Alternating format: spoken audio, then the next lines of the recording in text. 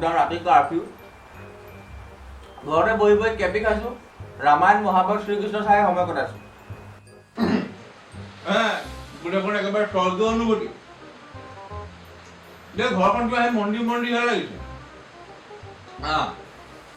মোৰ যেন একদম চাৰিওফালে দেৱ দেৱী ঘূৰি ফুৰিছে স্বৰ্গৰ পৰা শ্ৰীকৃষ্ণ আহি এতিয়া যেন মোক অমৃত পান কৰাব বাছা কি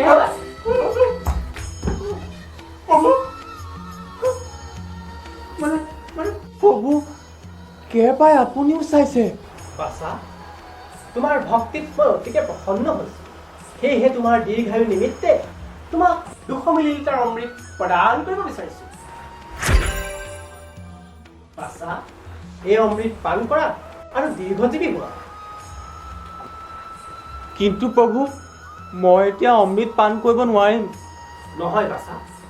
আজি সমগ্ৰ বিশ্ব মহামাৰী কৰোণা বকাই থকাৰ মুহূৰ্তত অসমৰ বৰাক ব্ৰহ্মপুত্ৰ পাহাৰ ভৈয়ামত বসবাস কৰা বিভিন্ন জাতি জনগোষ্ঠীৰ কল্যাণৰ নিমিত্তে তোমাৰ দৰে সুহৃদয় ব্যক্তি খুবেই প্ৰয়োজন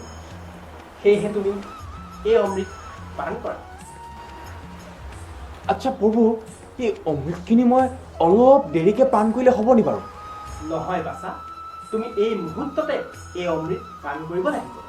নহ'লে ই ফলপ্ৰসূ নহ'ব তেন্তে ক্ষমিব প্ৰভু মই এই অমৃত পান কৰিব নোৱাৰিম তুমি পাৰিবা বাছা নোৱাৰিম প্ৰভু পাৰিবা নোৱাৰো প্ৰভু পাৰিবা নোৱাৰিম কিন্তু কিয় কেপি খাই আছো হা